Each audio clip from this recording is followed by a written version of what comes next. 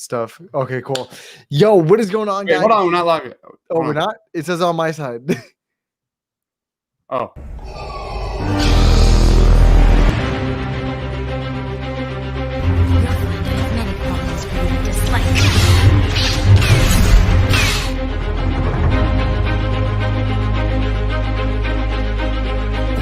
I'm vengeance. Wakanda forever! Yo, what is going on, guys? Welcome back to Shoot Up Geek Fix podcast. What is going on today? It's just me and Deibs. Maybe AJ if he comes in a little bit later. But today we are discussing WandaVision season 1, maybe season 2, but episode 3. And this was I don't want to say a monumental episode because I felt like a lot of the people that saw this episode earlier kind of overplayed it, in my opinion, because where you got all the nice chunks for maybe the last 5 or 10 minutes, which at the end of the day is around 50% of the episode when you really look at it. But yeah, Deibs, what are your just general thoughts and consensus on third episode, what's going on in the season and stuff like that? The first rule of Westview is that you don't talk about Westview. The second rule about Westview is you don't talk about Ultron, because if you bring up Ultron, you're going to get your ass thrown out of the bubble, period. So quick thoughts about this episode. Much better than the first two. I thought the story really started to finally pick up. The pace was much better than the first two episodes. I'm glad it didn't take like super long to finally start unraveling this mystery. It looks like we're at the end of Act 1 in this story, and things are really starting to kind of move into place. The first two episodes were kind of just like putting the puzzle pieces on the table. Now we're actually fitting them into the puzzle. So I actually enjoyed it. This was my favorite episode so far this season, way better than episodes 1 and 2. What about you? No, I honestly agree. I think this season has a lot going for it. Me and you talked a little bit about the run times for the episodes, and we discussed about it last week, so I'm not going to get too much into it. I hope that they make the run times a little bit longer, because I feel like they could benefit a little bit more if they just stayed with 6 episodes instead of 9. But like I said, not going to go inside. But yeah, like you said, Deibs, this is the episode that really starts the ball rolling, or the ball rolling, not the bowl, the ball rolling, because now we start to get information on what's going on. Because at the end of the episode, we see Monica Rambeau, who plays, it starts with a G, Greta or something, in the little sitcom universe that they've got going on. And I'm just going to throw out my idea here. She's in on it. She obviously knows what's going on. She's put there for a reason. We see that she mentions Ultron and Pietro dying because of Ultron, and some of these phase 2 scenarios that have happened, where in the MCU, if we go back in time, Age of Ultron took place in 2015 when it came out. So in the MCU's timeline, for all we know, this could have taken place almost 10 years ago at their point, because when we come back from Endgame, we're in 2023 already, and we don't know exactly how much of a time difference there is between Endgame and WandaVision. So we'll just have to wait for that. I don't think it's too long, but I want to bring up the editing in this TV show, because I think the editing in the show is fantastic. They do these little tricks in between the episode, and there's a lot of people that I've noticed not see it because they blink and it's just gone. And I actually had to rewatch the episode today to fully grasp that I didn't just see it, because I saw it the first time, but I thought I just blinked or something. But the way they edit this show is fantastic and really puts you into the sitcom and makes you into the perspective of Wanda. And kind of whenever I want to say someone comes to the realization that they're not in the real world, it kind of snaps in her head and reverses everything to the last second where they didn't get that epiphany. But what are your kind of conspiracy theories on this, Deibs? Oh my gosh. Well, I am. So if you watched us last week during our episode 1 and episode 2 review, we what is Wanda's character arc? It's a character arc of tragedy. It's all about family. You look at what the seeds have been planted in these first 3 episodes. It is family. It's about raising a family. My theory last week was Mephisto is behind the scenes pulling the strings. I think it's Ralph. Or it's Agnes or something. But Mephisto is absolutely behind the scenes trying to take those babies. And I want to touch on something that AJ talked about last week, and he absolutely nailed it. Episode 3 was the first realization that there's something being built, much bigger being built here with WandaVision than I thought. AJ talked about it, but I didn't really see it. I saw Doctor Strange 2 ties, but now I fully see it. We see these two boys, Billy and Tommy, I believe their names are. I see the seeds being planted of a young Avengers. And you have Wiccan and Speed. That's who they're going to become. And you're going to have She-Hulk. You're going to have Kamala Khan. All these women and guys come together to form the Young Avengers. That's what this is like starting to kind of come into, I think, and evolve into. No, I totally agree. But there's a certain thing that kind of makes me think about what's really going on. Is you said how Billy and the two twins would lead on to become Avengers. Do we even know if they're real yet? No. That's the thing. So I'm not saying that they're not real, but I'm just saying that the chances of them actually being enhanced children are a little bit slimmer right now until we kind of get that confirmation. But I definitely believe what you were saying, Deibs, about what AJ did say last week about kind of being controlled. Now, it's more likely to be Manifesto, but I definitely think that she is more in this little area, as we see when Monica gets shot out. It's like a containment field kind of thing. Yeah, that was cool. If you guys have ever seen that show, The Dome, that's what I'd kind of compare it to, where it's like this invisible dome of whatever the hell that static shit is that was going all over the place. And it's very obvious that someone's manipulating Wanda, because it seems at the end of the episode, she kind of, I don't want to say goes evil, but she has like kind of that evil click or look in her eyes.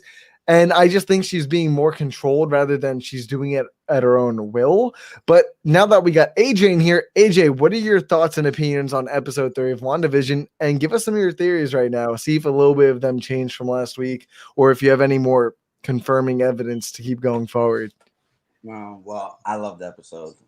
No surprise there at all. I just love the transformation from the 2 episodes we got from last week to this episode. It felt like a completely new show. Once again, it's modeling after different types of sitcoms throughout the ages. So I think it makes sense for them to do that. So I feel like that they kept that consistency very well. Theories though. So I was thinking earlier that the timeline of when WandaVision was before, I talked about this a little bit last week, and I feel like WandaVision is in the middle of Spider-Man 3. Cool. The reason why I think that is because I feel like Spider-Man and Samuel L. Jackson, and not Samuel. It's Samuel L. Jackson, but Nick Fury, they have this relationship type thing. Well, one of the Skrulls does, basically. But one of the theories is that Nick Fury is part of S.W.O.R.D. now, since there's no more Agents of S.H.I.E.L.D. or anything else of that matter. So I feel like S.W.O.R.D. is going to have a huge impact on Spider-Man in the Spider-Man 3 movie. And then by the end of the Spider-Man 3, everything just gets worse. Whether Wanda says no more Avengers or no more, just basically in that area, or she damages the multiverse, and that's when we see as a final credit scene with Doctor Strange. I think we're going to get Doctor Strange in the after credits and Spider-Man 3. And I don't think we're actually going to get the main villain until Multiverse of Madness. I think it's going to be hinted at within WandaVision through Spider-Man 3, but we won't get him or whatever it is. Might be Mephisto, might be Dormammu, might be anybody, basically. I feel like that we're going to get that in Doctor Strange Multiverse of Madness to end that what is it? the end that saga for that mini saga for multiverse. So that's my theory right now. At least. There's also something that I kind of just clicked in my head that I can't believe none of us really thought about, or at least spoken about, and that's Monica and Rambeau, because we all know that she's returning for Captain Marvel 2. So to what extent is WandaVision not only gonna play into Captain Marvel 2, but the ramifications, how that's going to build up Monica's character from not really even knowing the character, getting a few kid scenes in the first Captain Marvel, and then we're kind of just thrown into adult Monica right now. There's always that in between that they could tell, which I feel like we'll get a little bit in the story, but more in Captain Marvel 2. But do we think whatever happens with the end of this show will leak into Captain Marvel 2 per se? And how do we think it might? I'm going to go to Deibs. No, I want to hear AJ's thoughts first. No, you can go. You can go. No, I think seeds are being planted for multiple things right now. Whether it's Spider-Man 3, whether it's the Young Avengers, whether it's Captain Marvel 2. I think we're seeing it. Monica Rambeau is just one of the things. By the way, do you think she's the only sword agent in this false reality? I kind of got that vibe that she's kind of no. We saw the Beekeeper as part of that the sword thing too. So we've seen 2 people that's part of sword right now. Okay. Yeah, they're doing a really good job there, and I think that adds to the show is questioning who is really there, who's not, who's I don't even know what to call them, holograms or just non-realistic people, because I don't know if you guys caught this towards the end of the episode when Vision walked out the doctor after Wanda gave birth and they were kind of having that whole Ultron scene. The doctor tells Vision that it's impossible to get out of the town, that even those fake humanoid things can't even leave Wonderville or whatever the town is called there. So we know that everything's kind of trapped there in this dome-like thing, to even things that don't exist there can't even get out. And the fact that they're acknowledging it might show that maybe whoever's controlling this entire situation has control over those individuals that aren't real, or it could just be, you never know, it could just be Sword doing something to Wanda, which kind of seems unlikely. But does anyone have like any more theories? I think it was pretty much official that Sword is helping Wanda try and figure out what is happening. I do think Wanda's kind of created this false reality. However, I don't think she's necessarily in control, like a Jean Grey situation. Like I said, she's been manipulated. Yeah, she's being manipulated by Mephisto behind the scenes. And I do think that she didn't understand the ramifications and the consequences of dealing with her trauma, dealing with her grief and sorrow. And that's what's kind of like taken over her. And she's given, and that's why I think we're given these 30-minute sitcom shows, because her life is perfect. It's this dream world where she has the love of her life. She has 2 baby, beautiful boys. And you saw that, like that last clip of her was like kind of dark and sinister when so there have been some hints about who is truly in control. I think it's a 2-parter. I think you have one, Wanda, where she created it, but also doesn't want to leave it. And then you have 2, I think Mephisto is definitely pulling some strings. And so either way, in the end, like all signs point to a super tragic ending for Wanda. And that's like all I think about is like, she's going to be completely broken by the end of the series. No, and I think a good representation about that, Deibs, I'm glad you mentioned it, is throughout the episode when she has her contractions, we see how it affects the non-realistic world that we think that she has created. So maybe her having the contractions and having everything shake is just a type of form of her trying to break free, or just showing how powerful she actually is, to the point where even in this dream world thing that's been created, that she's so powerful, no matter who's controlling her, if she gets, let's just say, angry enough in this case, it seems like she could break through that. And I feel like that's what they're going to try and use to get her out of this little trance of whoever it's under. I also had one more theory. I want to throw this to AJ. And I thought, what if Sword was hunting mutants? what if Sword was hunting mutants and she was like one of the mutants and they were trying to like invade her like false reality and get Wanda? I don't think it's happening, but that was just like a random thought. I like that.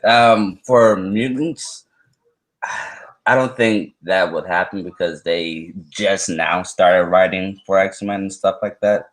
Kevin Feige just talked about that, so I don't think mutants is on the table for this phase at least. But do we think that they definitely have time to go in very last second to put in a word that can set up a few years in advance? They won't do that though. No. I think they already have like a, what is it? They already have the I foundation. definitely think they have a plan. I don't see them changing that unless it has to do with the pandemic. But I agree with you, AJ. I can see, that's the thing. I can see Marvel doing one of two things at this point. I feel like they have things so planned out in advance because they have things planned out till 2028 at this point. I'm sure they could figure out a little tweak to one of those situations at a very last minute. And I'm sure they've thought about this. They've had a year and a half to really think about this since we've gotten our last project in general. So I'm sure that they've done a form of formation on the story, whether it's monumental, marginal. But does anyone have like anything else that they want to bring up that they might have caught? Yes, Sure. So I don't think it's Mephisto that's pulling the strings. I just thought about this. I think Wanda went to Nightmare. Okay, I can see that. Either Nightmare or Mephisto to bring back Vision, and she tried to strike a deal with one of the two. Oh man! And it ended up backfiring on her. I don't think she created this reality. I think Nightmare created the reality, but she can materialize it while he thinks about it. So she can only materialize things that's not under Nightmare's control. For example, yeah, exactly. But that goes into the whole manipulation thing. Like, so she's just a pawn at this point. She's aware of what's going on, and I feel like that's when we kind of get those really cool edits. Like when we saw with the Beekeeper, she rewinded. Like she has that ability. Well, I don't think she actually rewinded. I think Nightmare rewinded. I think that she was starting to figure out what's happening, so he rewinded everything else. Then what do you think about the whole Vision scene when he started to realize it, and then things kind of clipped? Didn't even rewind this time. It kind of seemed like a little clip and just went back without people really realizing. I know this was a big thing that caught people off guard because a lot of people thought it was an editing issue, but no, this is very there for a reason. I think it goes back to it's the two parts. It's that Wanda's in control, and then something else, something more sinister is also in control, and it's figuring out which part is which. But I love the idea of Nightmare and making a deal with the devil, and it's like one of that like Max Lord situation. Like Wanda goes and says, "I want happiness. I'm tired of all this tragedy in my life. Give me happiness. Bring me Vision back." And then Nightmare goes, "All right, I'll take your 2 baby boys." Who was what's his name? Was it Luke Evans? I think it's Luke Evans. I think he's playing Nightmare. I think Luke Evans is playing Nightmare. Okay. Was he casted in Marvel, or was that so long ago that I kind of forgot? It doesn't ring a bell for me, but I think I'm getting that. Hold on. I swear that sounds so familiar to hear. No, it's not. It's not Luke Evans. It's okay. Who played Quicksilver and X-Men? I know who you're talking about. Fuck, I can't think of it. Yeah, Aaron Taylor Johnson. Yep. Is it? Yeah. That one I can see him coming back, especially if we're talking about Nightmare. He can definitely come back as a nightmare in this case, haunting her. Especially that they name dropped him in the events of Age of Ultron. It just kind of seems like they're spilling a little bit of salt here and there to get us ready for, oh, look, he's back. And we've also had the rumor that he's been on set, he's filmed some things, and he's even been on. Evan Peters, that one. Okay. Same thing goes for him. I've heard the same exact thing. So. I was like, wait, no, that's not right. No, but same thing goes for him. Mm-hmm. And going back to like the two baby boys, like Billy and Tommy, like they just introduced a device to quickly jumpstart two, young Avengers. They're going to be in their mid-teens by like what, tomorrow? But they don't exist. They don't exist. But in the comics, they go away. But in this version, they might stick around. Maybe Nightmare's like, "Hey, I want the kids," and Wanda's like, "No," and there's just a full-on battle for those twins. I can see that. Now, speaking that, let's just go with the fact that it is Nightmare behind all this. Do we think Catherine Hahn is playing kind of high security guard where she kind of reports to whoever that big figure is and kind of make sure that everything goes according to plan, and she kind of stays within that little universe? And hell, just like I said before, she could be the one rewinding everything for all we know. That Manifesto kind of gives her that power to allow her to keep her within that little facility area type thing. So I definitely think that could be a potential. I don't think she's the overarching big bad, but I definitely think she is keeping Wanda there. Does anyone have any ideas on that or want to touch up on that? I fully agree. I said that during our last week's episode. I think Agnes is the voice, the right hand woman of Ralph, who I think she's speaking about as Mephisto. That's what I've been thinking so far. But I think Agnes is going to be have a major role in this series moving forward. I think we're going to see more and more of her. Catherine Hahn just like completely owns every single scene that she's in. She's so dark and twisted, has that like cheesy but lovable but dark kind of personality to her. She's terrific. Yeah, and we kind of see, if we go back to the trailers, we get more outside of that little 50s sitcom village area. We can see Vision walking down in his classic suit during Halloween and some of the trailers. We see him flying off in the full Vision suit. So it's not, I don't think we're staying in this sitcom for too much longer. I say around episode 5, we're going to start breaking away from that and going towards the more cinematic era of television. But what do you got? How do you guys think the sitcom is going to play much longer into the show? How much longer? And how do you think they're going to wrap it up in a tie, or if it plays a little bit longer? I think this is why I love this episode so much, and why I said it was my favorite episode so far this season. This was top to bottom a great episode, and one of my nitpicks of episode 1 and 2 was it relied a little too heavily on distancing itself from the MCU. I think this was the most MCU episode to date, and I think that whole sitcom thing just really kind of, that novelty just really dried up for me. By the end of episode 2, I was like, I'm done. Get this ball rolling on the arcs and get the ball rolling on the next wave of the MCU. And I think the show did it really well. And actually, if we're talking about sitcoms, I thought 70s Wanda was way better than anything we saw in the first 2 episodes. So as a sitcom, as a Brady Bunch-esque 70s sitcom, I thought it improved. But I still think that I want to get away from that. What year were you born? What year were you born? 84. Okay. So what I think you're going to see is probably 5 or 6 episodes this season, and then the last 2 or 3 episodes are just going to be balls to the wall MCU. No, yeah, I totally agree, and I feel like as the episodes keep going, we're just going to get more and more MCU like as we go. I felt like that was kind of a given.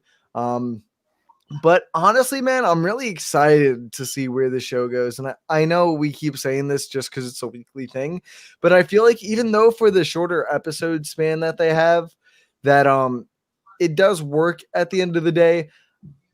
Would I rather have 6-hour-long episodes and have like 15-minute credits out of those instead? Sure. That's just me, but I get why they're doing it. I think it's a fantastic show so far, and I'm really glad they kind of went away from the 50s sitcom and started going into the decades now. And you never know, maybe they could go decade with episodes. So next episode could be the 80s, 90s, and then once we get into the 2000 eras, more of when the MCU kind of started, that's when we start breaking into cinematic territory, let's just say. Well, in this episode, we saw the aspect ratio change I was so good with No, that. yeah. into a more cinematic look. So I actually think the next episode will have that MCU But type it feel. still has that stage feeling to it, though. Mhm.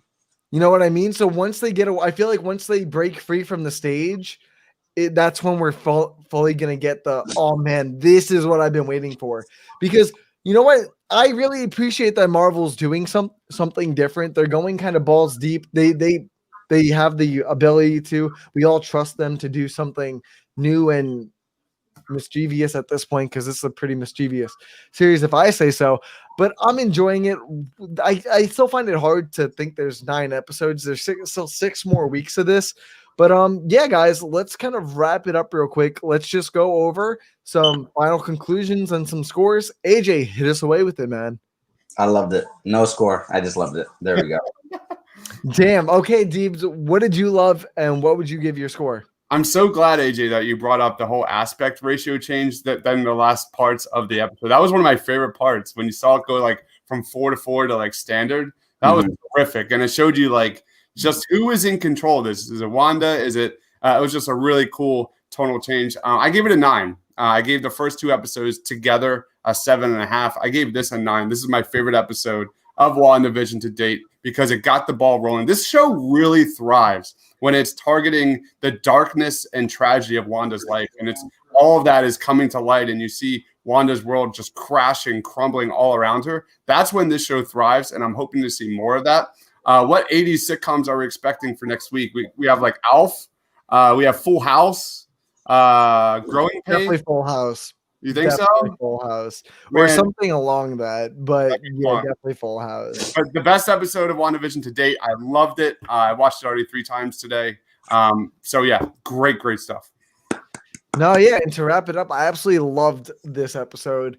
Like I said, runtime can fix a little bit, but other than that, I loved it. I love MCU in general. So when someone hands me anything MCU, I will more than likely love it.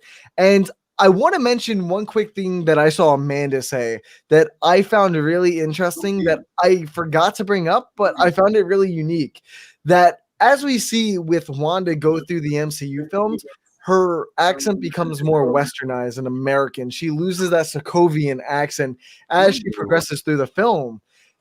But now in WandaVision, she has a straight up American accent. But when they start talking about Pietro, she goes back to the Sokovian accent for the first time that they talk. So yeah, Deebs, I definitely recommend go back to that last 5 minutes when they bring up Ultron, and she goes through an accent switch, which I really like because I don't know if it's an inconsistency or like I'm trying to interpret right now is maybe it's a methodical thought that they're trying to go with and show how she's changed from living in Sokovia and how much being with the Avengers and living in America has just changed her. And one way of showing that is by her accent. So that was a nice little subtlety I saw. So if you want to go check that out, last 5 minutes, it's great. But yeah, I'm with you, Deebs. I give this episode a 9 out of 10. It did everything I loved about the first episode and just brought it max level, and I just can't wait to see what they bring next week. I'm kind of hoping that they give us more of that jaw drop rather than the last 5 episodes like a TV show throughout the entire season. So instead of finding everything out in the last few minutes, we find everything out throughout the episode. But yeah, I'm gonna leave it for there. Any more things that you guys thought of before we wrap things up? I just want Fantastic Four, and dude, yes. And I think they've already hinted at it. Where? Plan. Yeah, that's what I was about to say, bro. You're bugging if we didn't catch it. Yeah, AJ and I were going back and forth a little bit. Like, I would love to see just a ripple like into the multiverse, and then we get like a tease of Latveria like towards the end of this series. That'd be nuts, man. I was out. But seriously, I actually think that they are hinting at it with the TVA. I think we're going to get a little bit more in depth with it in Loki, where I feel like they're going to expand on the multiverse type theory in the MCU within Loki. So yeah, I feel like X-Men. I don't think X-Men or Fantastic Four is going to be mentioned until like 6-7 years maybe. I think it's just stupid to assume that everything is not connected anymore. Every film is going to be an Avengers Endgame type of thing, where every project connects into 3 different projects. You know what I mean? And I feel like Endgame has set that standard where they've set up all these films individually. What's the next step? And subplots into one show, into individual 3 shows that set those up. And then, like Loki, we'll have multiple seasons reporting, not official. But yeah, guys, without a doubt, that leaves us with another It is episode. official, by the way. Sorry. Oh, it is official? It's official for season 2. Okay, so it is official for season 2 Loki. Which one is about to get the season 2 next? It definitely isn't WandaVision. I can tell you that much. The season 2 of WandaVision is Spider-Man. I can definitely see Falcon getting and Winter Soldier getting a season 2 instead of like another Captain America-esque movie. But I think AJ lagged out. But without a doubt, thank you guys for joining us this week. And we will see you again next week. Don't forget to just follow us on Twitter at the Shoot Up Geeks. There we go. I'm pointing the wrong way, that way, right on the top right of Deibs' head. Go check us out. And where can we find you, awesome gentlemen? You can find me at Mr. Crockpot. If not, all good. What about you, AJ? I don't care. Fine. You know, Well, I'll find you can inside. follow me at AJ Geeks Vibe. It's right there. Yeah, same goes. I have a hard time doing this shit too. Same goes for me. I'm right there, just right again. And we will see you guys on the next episode next week. Peace, peace, peace, peace. Stay awesome.